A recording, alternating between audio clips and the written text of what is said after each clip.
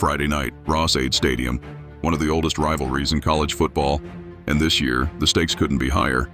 Indiana enters at 11-0, ranked number 2 in the nation, staring down a Big Ten championship berth and a college football playoff run.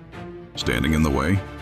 A Purdue team that would love nothing more than to wreck the dream and steal the Old Oaken Bucket back on their home field. This is rivalry. This is emotion. This is edge. Every snap will matter. Every mistake magnified. Every punch answered. Tonight, we dive into everything you need to know for Friday night under the lights. The matchups, the pressure, the short week prep. And we're joined by Indy Star beat writer Zach Osterman for the full breakdown. Hoosier Nation, it's Bucket Week, and it starts right now. Raiola. And picked off! Up the sideline! Indiana! Asbury! Walking them down! Woo! IU! America! They got a football team now!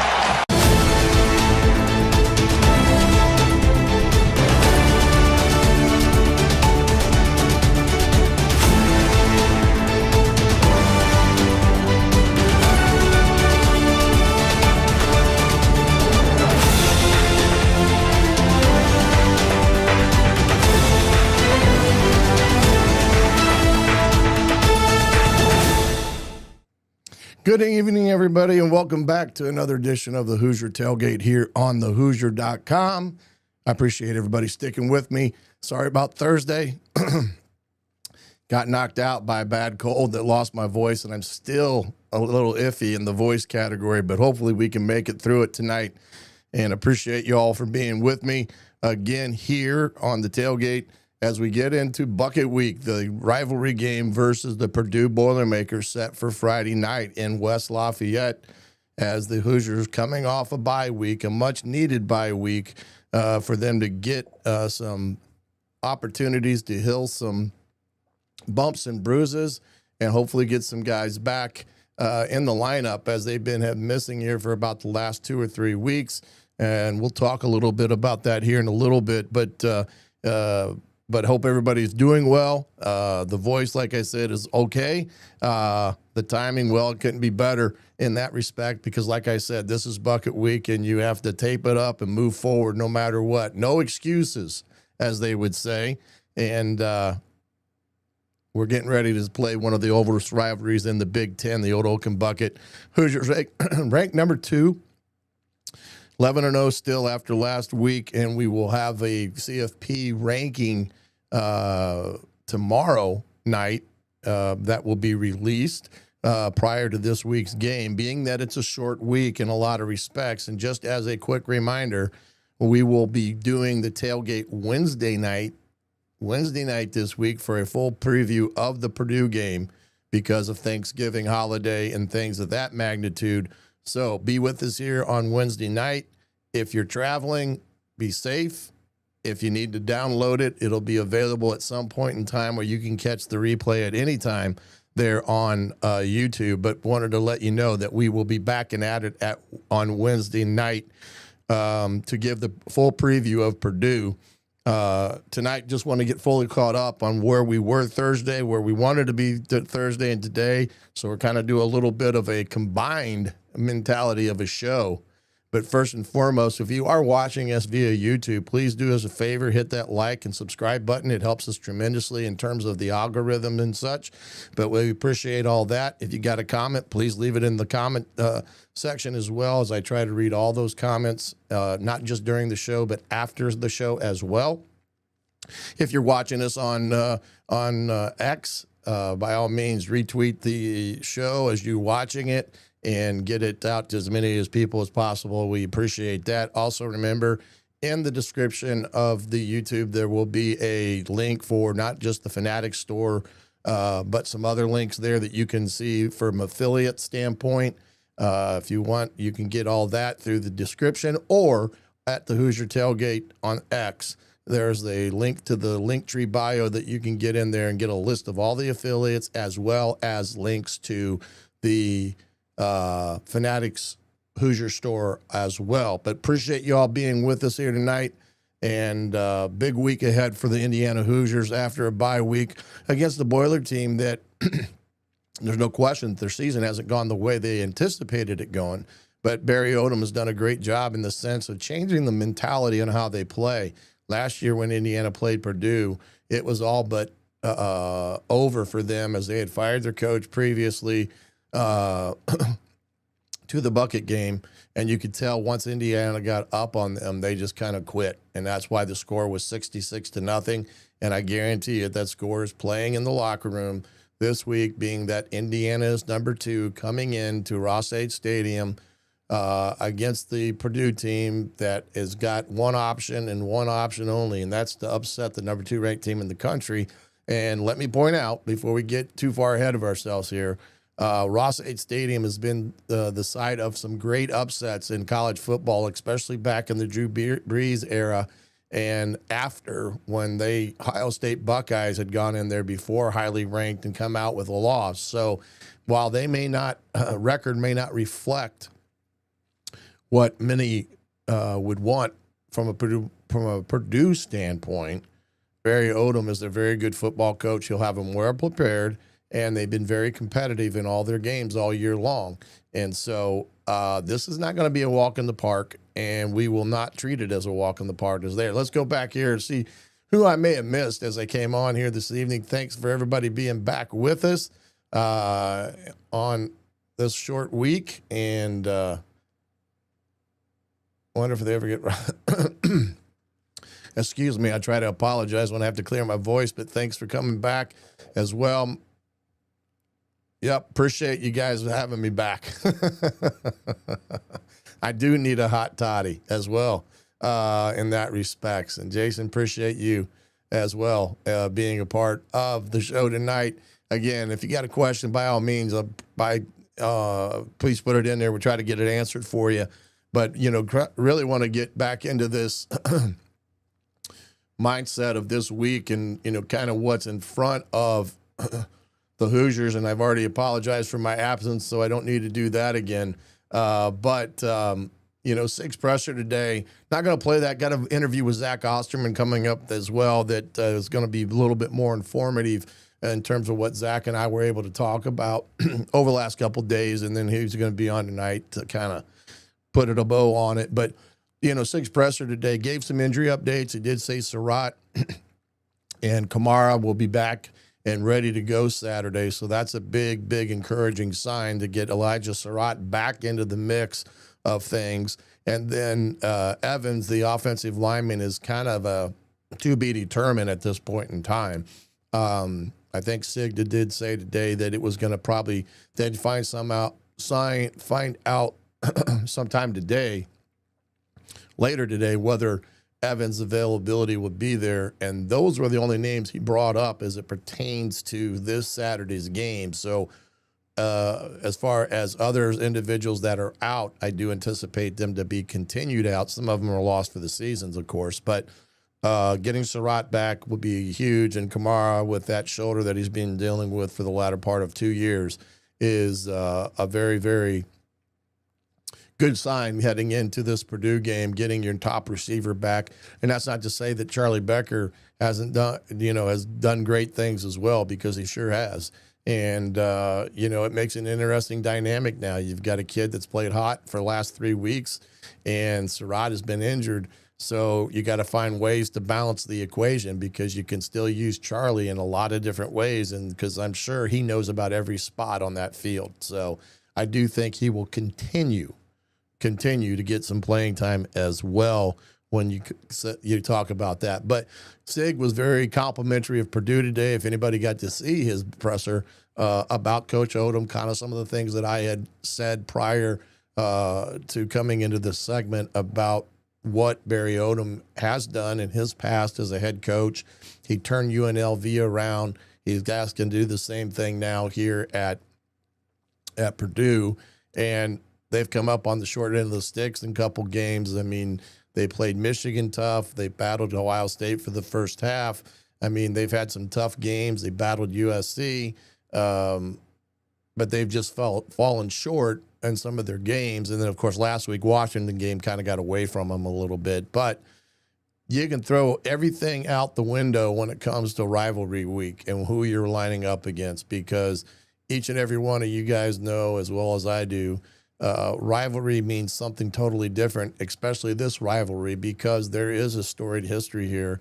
And it's even more so in the sense of what occurred last year, Indiana winning 66-0, Barry Odom in his first bucket game, what it means to those kids playing in a Purdue uniform for the last time, getting a chance at playing the number 2 ranked team in the country and trying to spoil anything that they humanly possibly can against Indiana. And Indiana, again, it doesn't matter who you play. Indiana's going to get their best because they got the big bullseye on their chest. So whether it's Purdue or Wisconsin, Penn State, you name it, they're going to get their best each and every week, and they got to be on top of their game. And having a week off, Sig gave them basically the week off to recoup, to heal some bumps and bruises.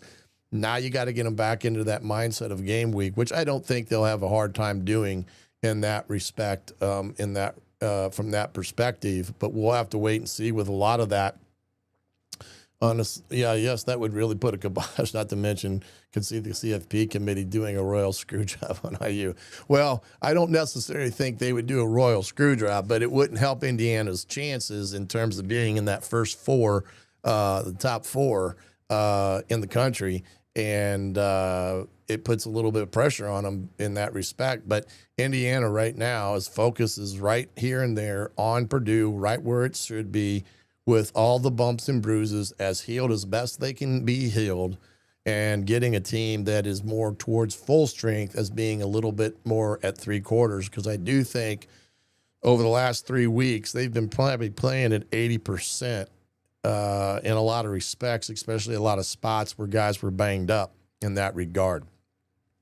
But Sig really didn't, say too much other than the fact of his respect for Coach Odom and the Purdue Boilermakers, and making some announcements as it pertains to the injury update that will be a fluid situation most of the week and until Friday night, being, like I said, a short week in front of us here heading into the bucket game.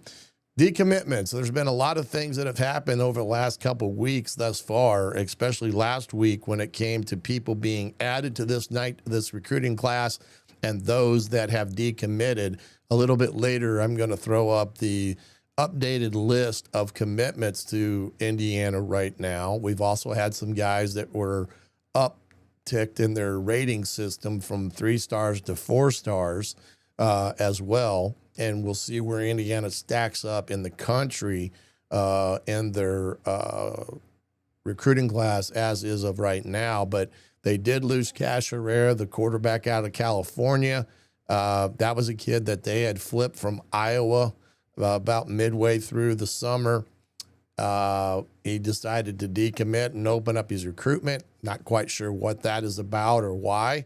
In that respects, the Bryson kid out of Georgia, wide receiver, really good speed guy. Another guy that they had committed for a while, he also decommitted, and as did out of Cardinal Mooney and Florida, LaRon Dews, a safety.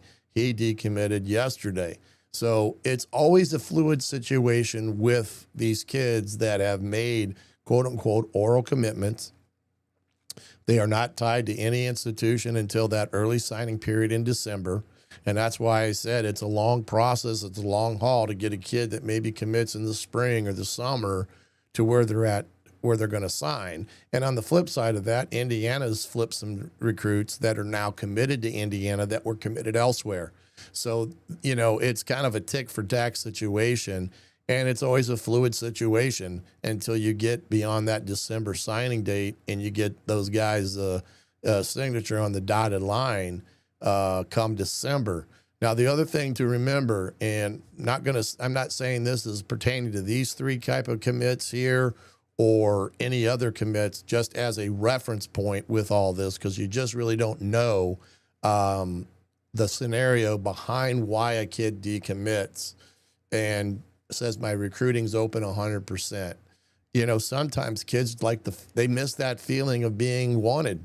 They miss the conversation with coaches and what can you do for me and what can I do for you and things of that magnitude. Sometimes it's as simple as a coaching staff saying what was then may have changed over now, and maybe they've encouraged the kid to reopen his recruiting because they are not going to be able to give him a full-fledged offer on paper come December. So there's also that to take into account that you won't know is happening, because when a kid decommits, it looks like it's completely his decision in that matter. So while it kind of sometimes looks awkward, why would a kid decommit who'd been committed for so many months, all of a sudden, a month before signing date, decides to decommit and open his recruitment? There's many factors that can go into it. Some of it, like I said, is the kid wants to look at other options, maybe doesn't feel he fits as much as he thought he did at an institution, or that institution's coaching staff has told them to look elsewhere because maybe they are getting more guys to return from the class that they didn't think that were, or they have flipped somebody that was maybe ahead of them before when they took their commitment, and that kid's fallen back to them. So there's a lot of things that can happen in this crazy world of recruiting. And when I see these kids make commitments and things like that, it's kind of like a tongue-in-cheek mindset, because you don't know what's going to happen between the time he says, I'm coming to your institution, till the time they actually sign on the dotted line. There's a lot of things that can change in that respect. And it should be no ill will towards a young man that decides to make a decision that he doesn't want to be at Indiana. The last thing you ever want is a kid coming to your institution under the wrong circumstances or pretenses, because it's never going to work out that way. It's a kid that's got to be fully invested, mom and dad, both feet in the boat mentality. When you make that commitment, it's not kind of, I go wait and see what it looks like type of deal. So I know I saw some, not to say this was about these three kids, but I've seen the other kids that have decommitted, and some of the fan bases are absolutely ragdolling them on X for doing that. I mean, it's like, what do you guys think? I mean, this is crazy. This is an 18-year-old kid. Because he says he doesn't want to go to your institution doesn't mean anything negative towards them or the institution. It's just that there's other things that play there, and some of it may be by the kid, some of it may be by the school itself that says, hey, I'm not going to take you because X, Y, and Z.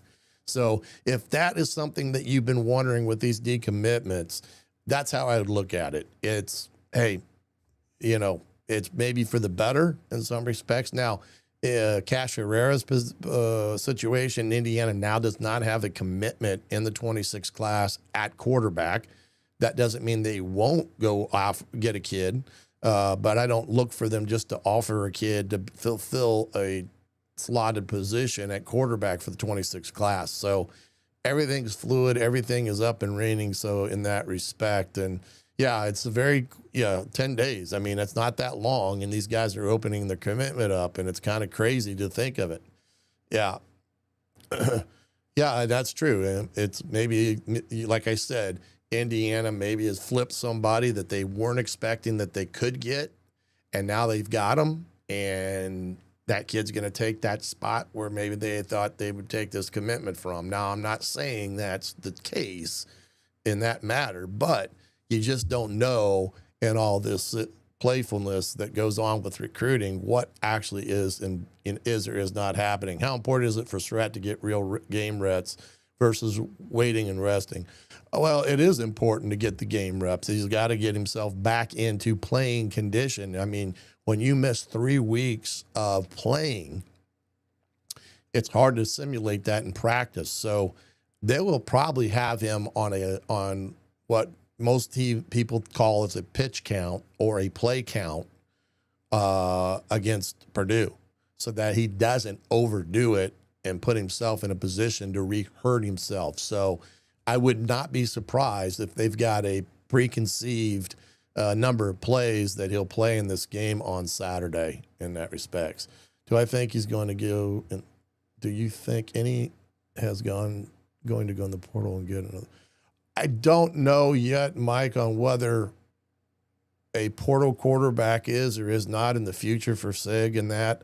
I doubt if you go in the portal to go find a backup quarterback, in that respect. I think they're pretty set with Alberto's progression. That doesn't mean, hold on here, you think Indiana's going to go on the portal? No, that's what I mean. I don't think they will in that respect, but you never say never, because there could be something that's gifting you, right there that, hey, this is going to make us even better. But I do think Indiana feels very comfortable with the progression of Alberto and his development as to be that guy that steps into the fray if his brother decides to come out and go to the NFL, which, is looking more and more like that as a possibility in that respect. So it's definitely one of those things. It's ever changing, as I said. We talked about the Old Oaken Bucket and its meaning to Purdue as well. And in all that respect, it's going to be a great ball game in that regard. As far as quarterbacks, can Mendoza possibly come back, and then he's probably still be waiting the wings? Kid might be wondering when he, yeah. Quarterback is such a unique position in that respect, Robert. And yeah, I mean, Fernando may decide to come back. Who knows? And it's, it may put Alberto in a position of waiting more. I just probably don't see it happening that way. I just think Fernando, in more than all likelihood, is probably coming out. But again, that's so far down the road. I don't even have the crystal ball that could predict that good. But as it pertains to the portal, how it pertains to what Indiana's needs will or will not be coming after the season, that's all to be determined because of where they're at right now. The focus is playing in this game on Friday and fully securing a no doubt situation of playing in the Big Ten championship game and a no doubt situation of being one of the top 4 ranked teams in the country. That's what Indiana's playing for on Friday. Take the Old Oaken Bucket out of it. I mean, that's very important. Indiana's never been, in a position to either of playing for what they're playing for outside of what they did a year ago. But even the stakes this year are higher than they were a year ago, in the sense that they're paying for a bid into the Big Ten championship game, and they're playing as for a bid to be one of the top 4 teams to be in the college football playoffs, which would give them a bye in that first week of the college football playoffs. With that being said, that's what Indiana is fully focused on at the moment, and anything else outside of that mentality is just noise. Recruiting, portal, all that stuff to these guys is noise, even to, the staff that handles the recruiting aspect for Coach Signetti, because they have a full dedicated group of people that are dedicated just to player personnel. So those guys will handle what they've got to handle, but the coaches and the decisions as it pertains to what needs to happen, focus point is right here on the here and now when it comes to Indiana and this game on Saturday. Let's look over here at some things here. I wanted to pull up some of where Indiana's at, and this was part of the thing that I was going to do on Thursday as well, is looking at where Indiana stands in the overall conference statistical data aspect when it comes to like points per game. Like right now, Indiana is the top conference school for points per game, averaging 40 points a game overall. If you looked at it from a defensive perspective, Ohio State and Indiana are the 2 top defensive teams in the conference as it pertains to what they're giving up scoring-wise overall. And then if you added in total offense, Indiana is 2 offensively in total offense. Passing game, Indiana is 3, right behind USC and Ohio State.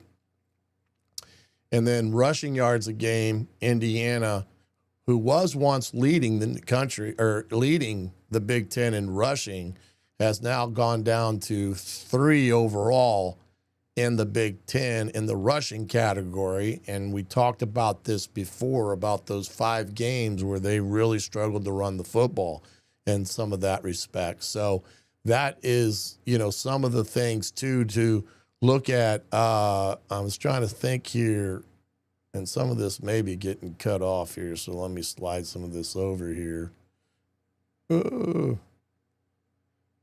As it pertains to the rushing yardage, Indiana's just behind a defensive rush behind Ohio State. So Indiana, when you take into account all the games played that were all on equal footing, 8 games played, we're going into the 9th game, Indiana statistically across the board is pretty much in the top 1, 2, in some cases 3 in the conference, which I still think is a very, very good scenario and sign where this ball club is, even though they have showed signs of, some of the issues they've had rushing the ball against a better front 7 than maybe what they faced up to date. But Indiana is really good in that category.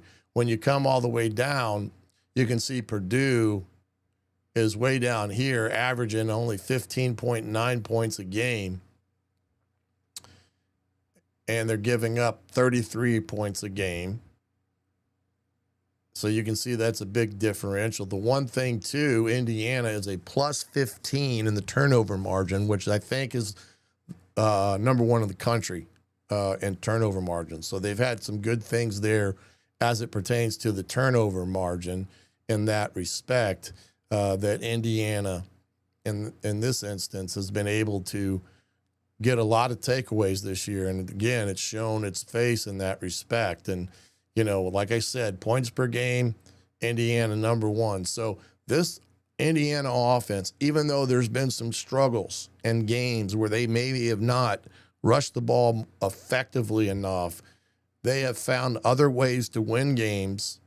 And the fact is, when you put it all together after 8 games, Indiana's 1-2 in the conference, and it comes to the statistical categories, right alongside Ohio State in that respect. So, again, it's huge. And, Jason, Indiana's got 91 points off of turnovers, and that's a big statistical category that I always keep an eye on because it's huge in that respect. And as I've said, Indiana has scored out of the 11 games that Indiana's played to date in the final 2 minutes of the half.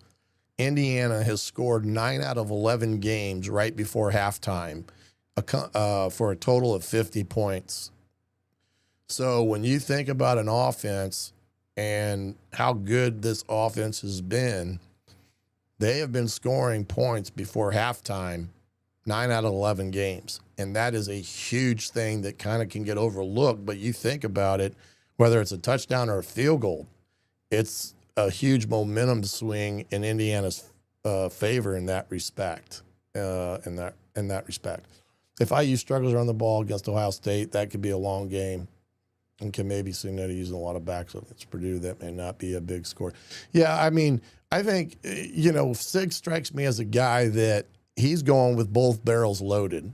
He's going there just like he did last year, is to win a game, and he wants his best players on the field at all times to win a game, come hell or high water. He's not even really thinking towards anything beyond Friday night. And that's the way he approaches things. And I think that's the right way to approach it. Because once you start thinking, well, maybe I ought to do this or maybe I ought to do that, and I'm not saying there's not warranted times that is a very true discussion to have when it comes to players and healthiness and things like that. But once you start getting to that point, well, maybe we rest this guy or that guy or give this guy more time, that's when you start screwing with chemistry, and that's the worst thing you can do heading into your last game of the season, especially after a bye week. You want to come out of this week with both like I said, barrels loaded and firing on all cylinders when it comes to that aspect of things. One thing I did find that I thought was interesting is a lot of conversation about the Big Ten tiebreaker because there are different scenarios in this week of what could happen if, let me get this, different scenarios would eventually come up to that scenario where they have to break a tie. And this is off the Big Ten website. Of course, scenario one is, both Indiana and Ohio State winning this weekend, and that means it's Ohio State and Indiana in the Big Ten championship game. And scenario two is if Indiana beats Purdue, but Michigan defeats Ohio State and Oregon defeats Washington, you have a three-way tie that doesn't involve Indiana, and then you got to go into tiebreaker one, no head-to-head. So those three teams did not play each other this year, so that gets thrown out in that respect. Common opponents and all those things. But in that scenario, if Michigan would beat Ohio State, Indiana would play Oregon if they hold serve.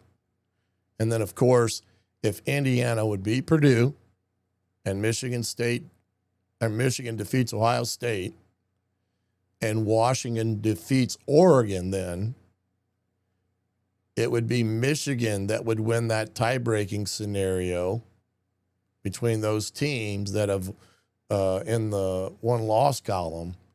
So Indiana would face Michigan. And now the scenario is if Ohio State beats Michigan, and for God's sake, don't say that one, but Oregon defeats Washington, Indiana's still in. So there's a lot of different scenarios here where you could see some different tiebreakers come into play. And this is all on the Big Ten website if you want to go look and track it down. But it kind of gives all the different scenarios of what could happen in this event or that event. And it's kind of crazy to think of how many different scenarios there are for these games this weekend when it comes to who could be playing for the Big Ten championship. So just wanted to make everybody aware of that in terms of that being available on the Big Ten website and everything with that. Let's see here. Let's see. I think Washington has a good chance beating Oregon and Michigan. Yeah, it could happen. Yeah, I mean, again, anything is possible, especially this time of year, because everybody at this time of year, what was the differential maybe a month ago, the gap is closing some because everybody at this point, if you're not playing your top ball game, you're going to lose. And most teams are playing at a high level right now in college football. And you're going to see some of these games that are going to be tight ball games for the most part. And Ohio State's going to be tested this week against Michigan just from the standpoint. Michigan is one of the best rushing teams in the Big Ten Conference, and they're going up against the best Big Ten rush defense. Well, something's got to give in that scenario. So, again, anything is possible, as we saw last year. Nobody gave Michigan a chance of going into the shoe and beating or upsetting Ohio State, and it happened. So, again, many things can change on a dime, and that's why you can't get too friendly or too taken away by what's just here in front of you as a team right now. That's the focus point, and that's the thing that I think SIG does the best is getting the kids' attention and getting their attention to the point of who we're playing and what it means and the Old Oaken Bucket and what that means to Indiana and the players and everybody else, but also what else is at stake in a game like this.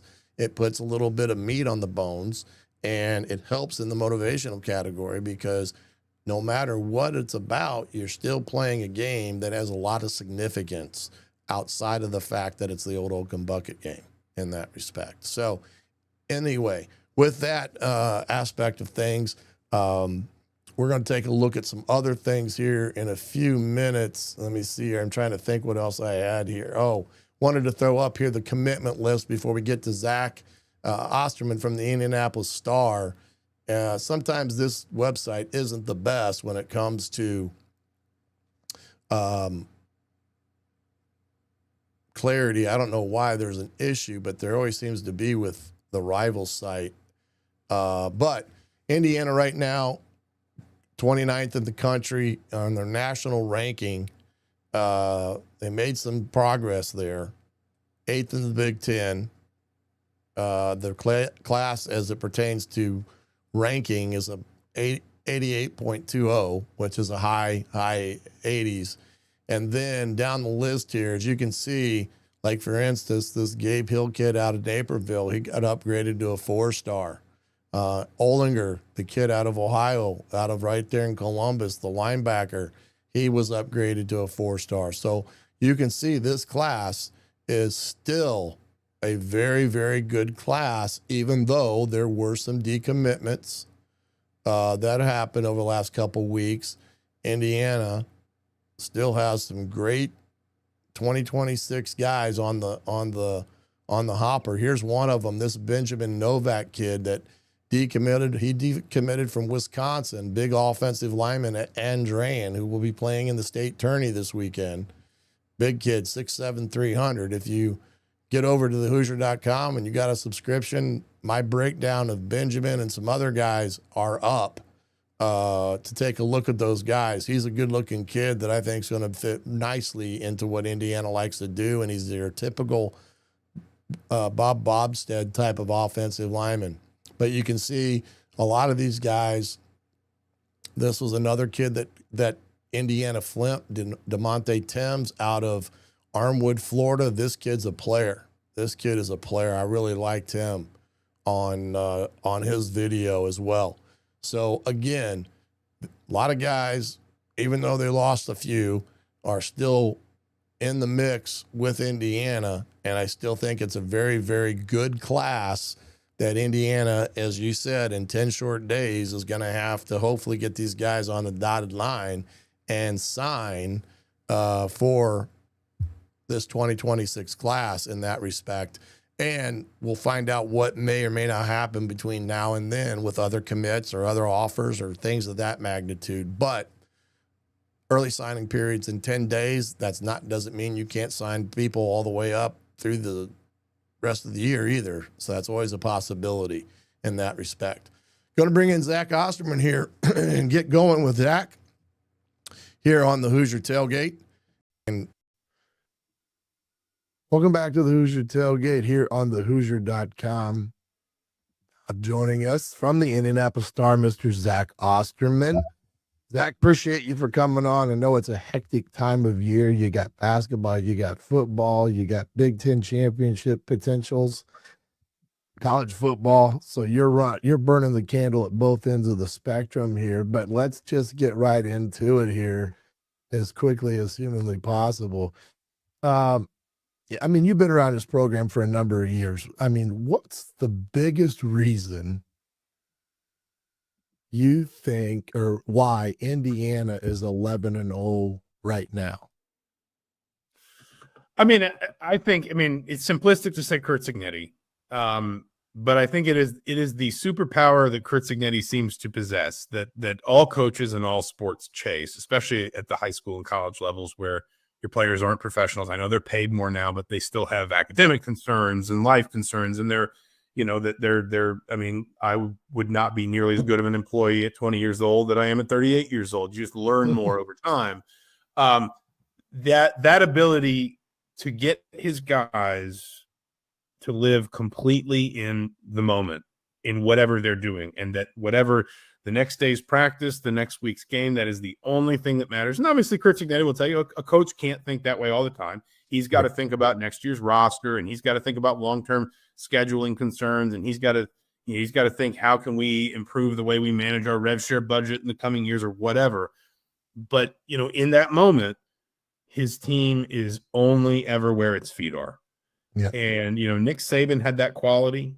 and it feels like a lazy comparison to make because of Cignetti's connections to Saban, but it is that, obviously we can talk about player development, we can talk about scheme, we can talk about recruiting, we can talk about obviously how well Indiana's done in the portal, and certainly the institutional factors behind Cignetti. You were at a front row to the way Indiana was trying to invest in football throughout the 2010s in terms of, trying to behave progressively more like a serious football program. But here and now, more than anything else, it is that when Indiana's on the field, it never looks like Indiana is distracted by anything, at least not for a long period of time. And maybe they'll struggle in spurts, but that quality will always show out in the end, that Indiana is the tougher, more disciplined, better prepared, and more focused team. And therefore, just like Saban's teams, if you're better than them or you out-scheme them, you'll beat them. Mm-hmm. But if you aren't, they will beat you, and a lot of the time they will beat you comfortably. Yeah. Great point on that one as well. I mean, there is a lot of Sabanisms, I guess you can say, but that's not a knock on anything other than Coach Cignetti paid attention when he was at Alabama for the number of years and learned how to run a program. Kind of what point during this year, 11-0, we're vastly through 97% of the schedule right now when it comes to the regular season. Where do you feel this team shifted from being what you would call a hot team to a legitimate Big Ten championship contender, CFP, top 4 team? Yeah, I think probably the Oregon game, and that's an obvious one. But I think, we all kind of wondered in the offseason, like, how much would Indiana have sustained from last year? And I think you kind of got your answer to that when they beat Illinois the way that they did. And then, I remember writing this in advance of the Iowa game, that like going to Iowa as a ranked team and winning at Kinnick is almost like a rite of passage in the Big Ten. You've got to sort of like prove you can do that to have success. But I think Oregon was the moment when you sort of said, well, maybe at its best, and injuries, fatigue, matchups, you'll never know if you're going to run into a night at your worst in a postseason setting.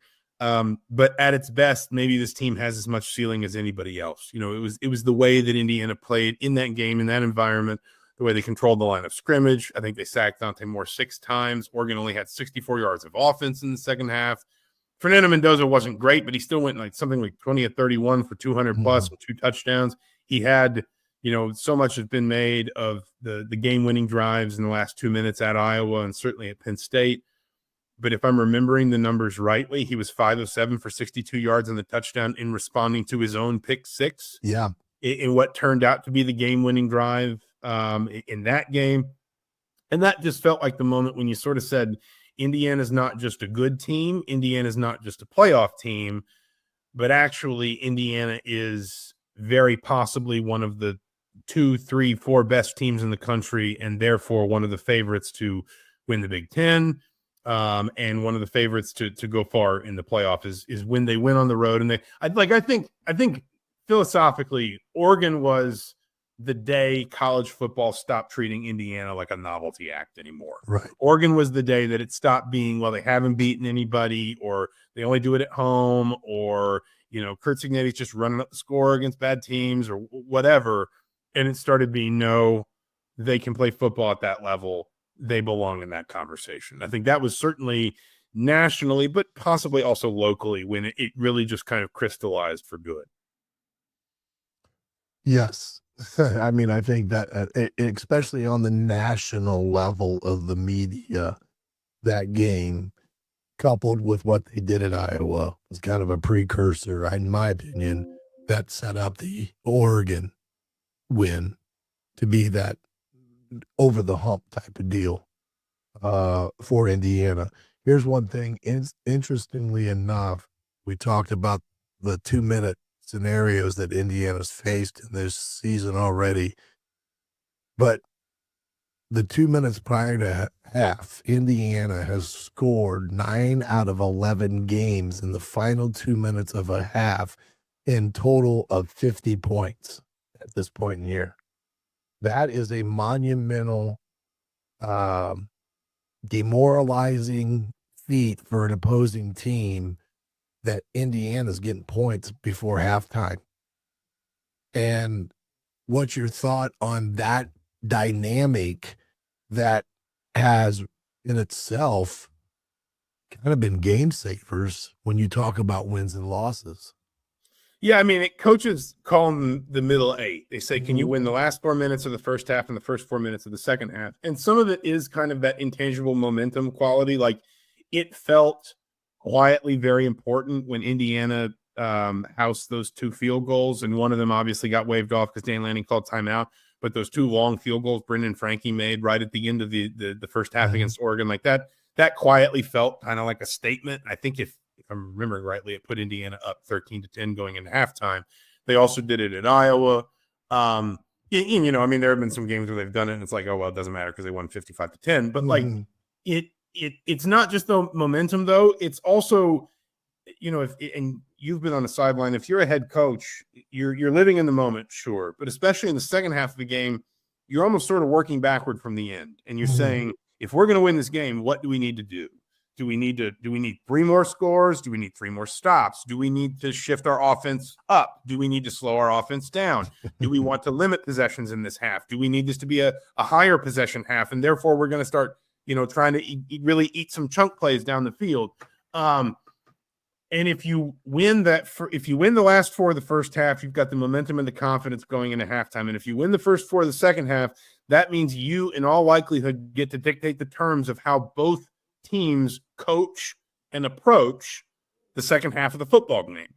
And, you know, from Indiana's perspective, if you use like Oregon as an example, you get that momentum burst going into halftime, and then coming out the other side, you get out the other 4 minutes of the second 4 minutes of the first half, and you say, we're still in control of this game.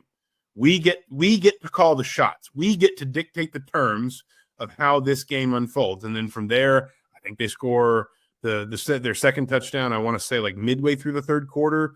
Right. And they get the ball back early in the fourth quarter. That's when Mendoza throws the pick 6.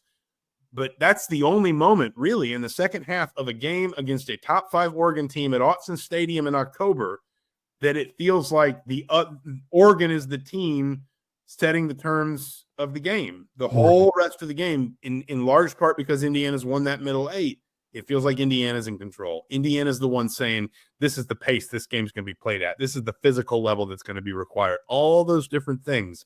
And I think it's, you know, it is reflective, you know, head coaches, you talk to Urban Meyer, you talk to Nick Saban, you listen to them talk about stuff like this. They will say that number that you read off is reflective of a really good team, of just a really well-coached, well-prepared team. And I think it's shown up for this group.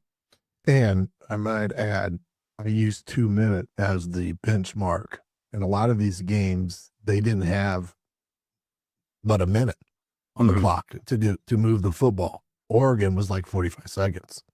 So I'd use that as the benchmark, but it's still a remarkable feat that they've been that consistent in the final 2 of a quarter that's enabled them to put up 50 points. Last question, then I'm going to let you go.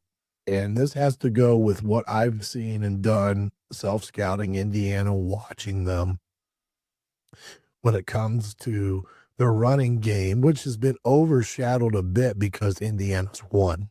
You know, it hasn't been an overly focused question or thing of that nature.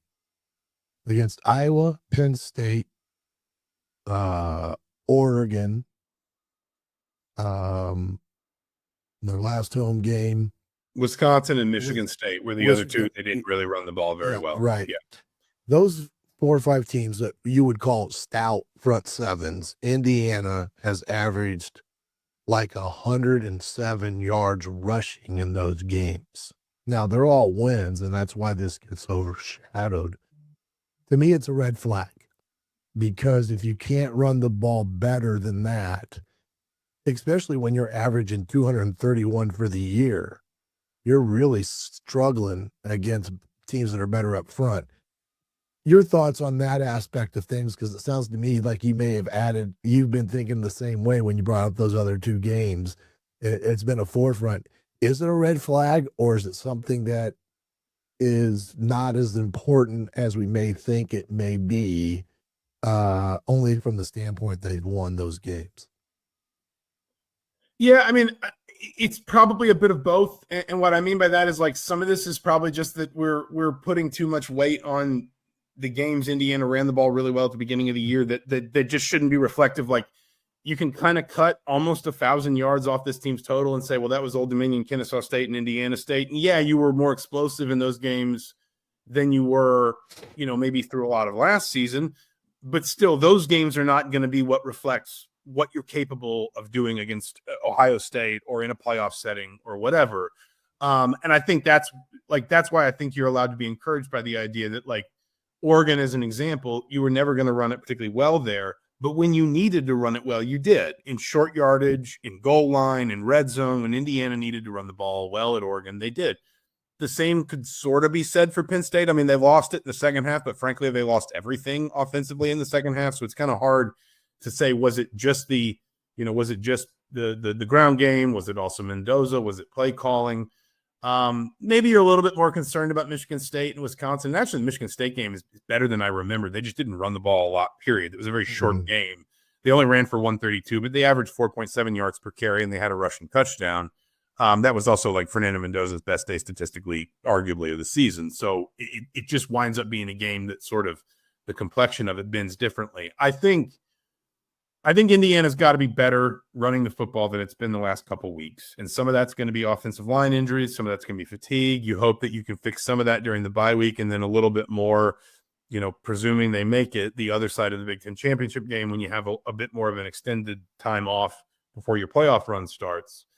But I also do think there is an extent to which, like, we saw them rush for 300 plus in each of those first 4 games, and we thought, wow, maybe this is what Indiana does all the time, when maybe we should have, more than half of Indiana's rushing yards this season came in those first 4. And so, like, and only one of those was obviously Illinois was anything resembling a Power 5 team, or the kind of team Indiana is going to need to beat in the postseason. So there's also every chance that we just, maybe we kind of got a false idea of what Indiana could do running the ball early because of the schedule. Mm-hmm.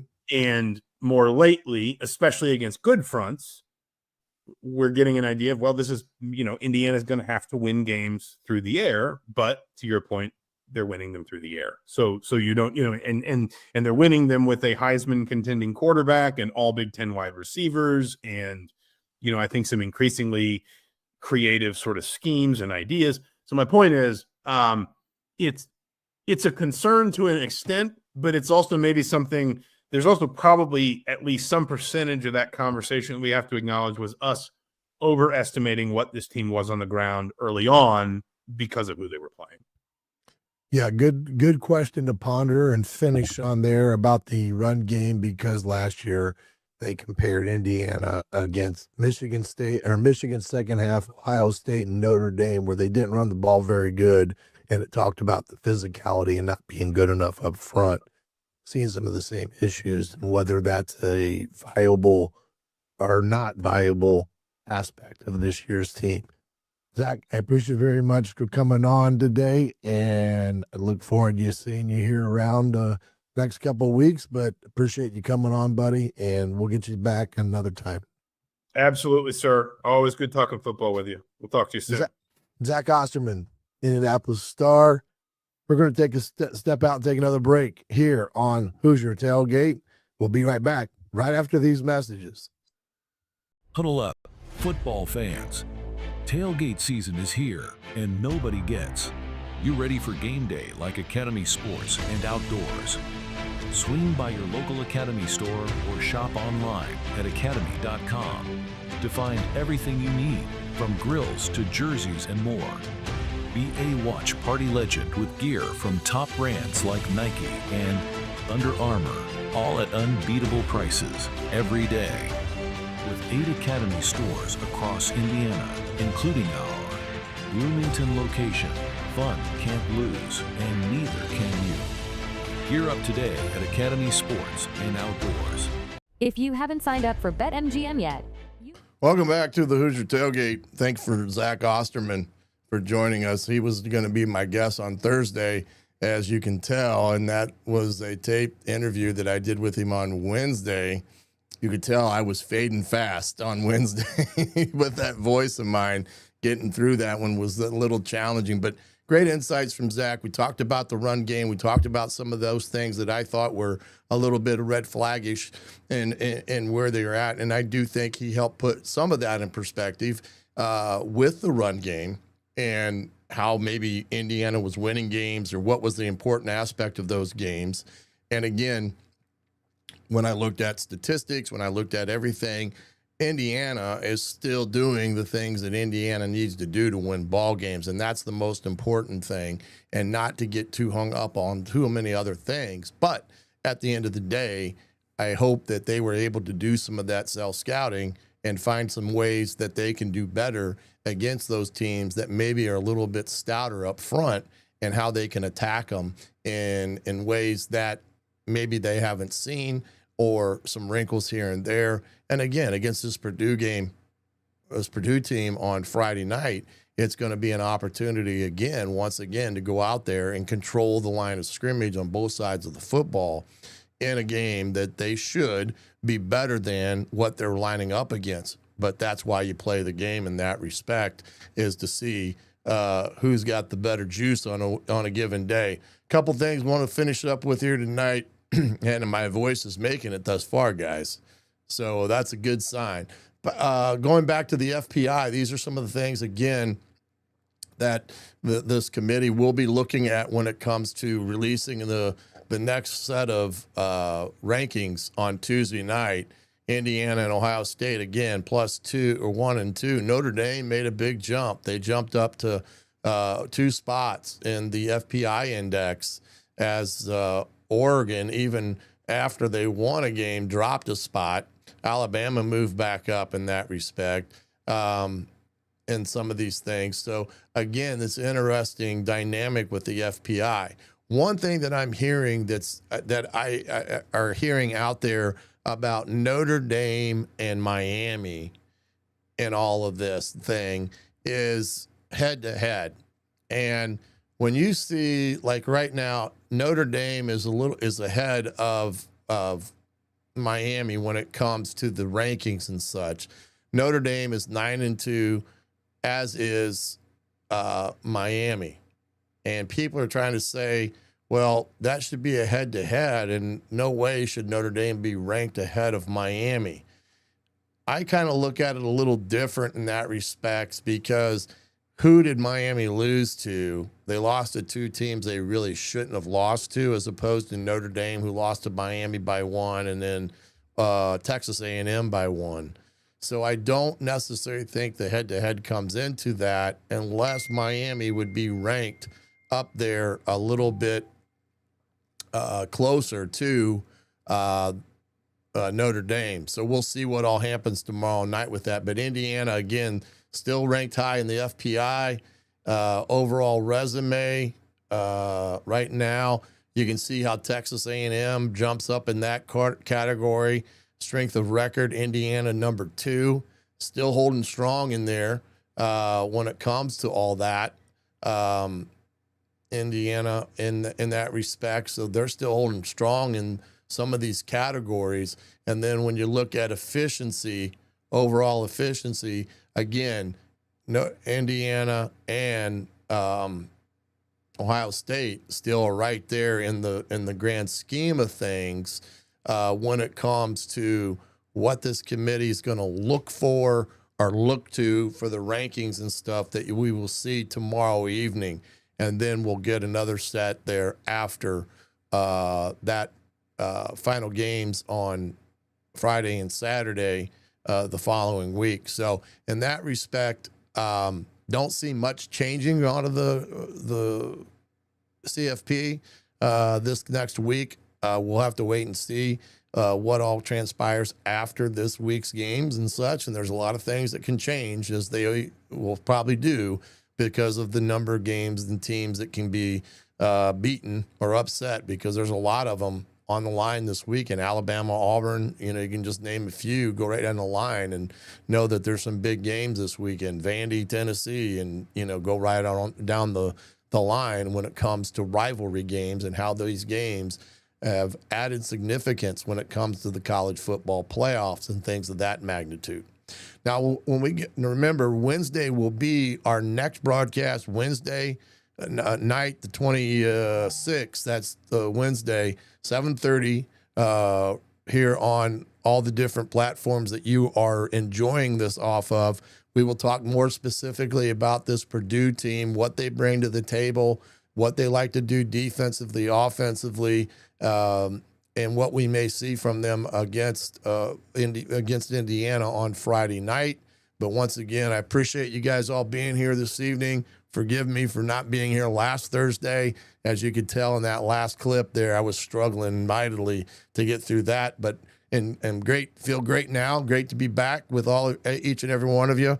If you have a question that we didn't get to tonight, throw it up. I will see it at some point in time, or hit me up on X. As always, I'm always willing to engage in conversation at any time, and appreciate you guys being a part of the show again tonight. Well, that's going to do it for tonight's show. Again, I'm the coach, Shannon Griffith. You've been watching the Hoosier Tailgate right here on thehoosier.com. We'll see you Wednesday night, 7:30. Until then, good night, everybody.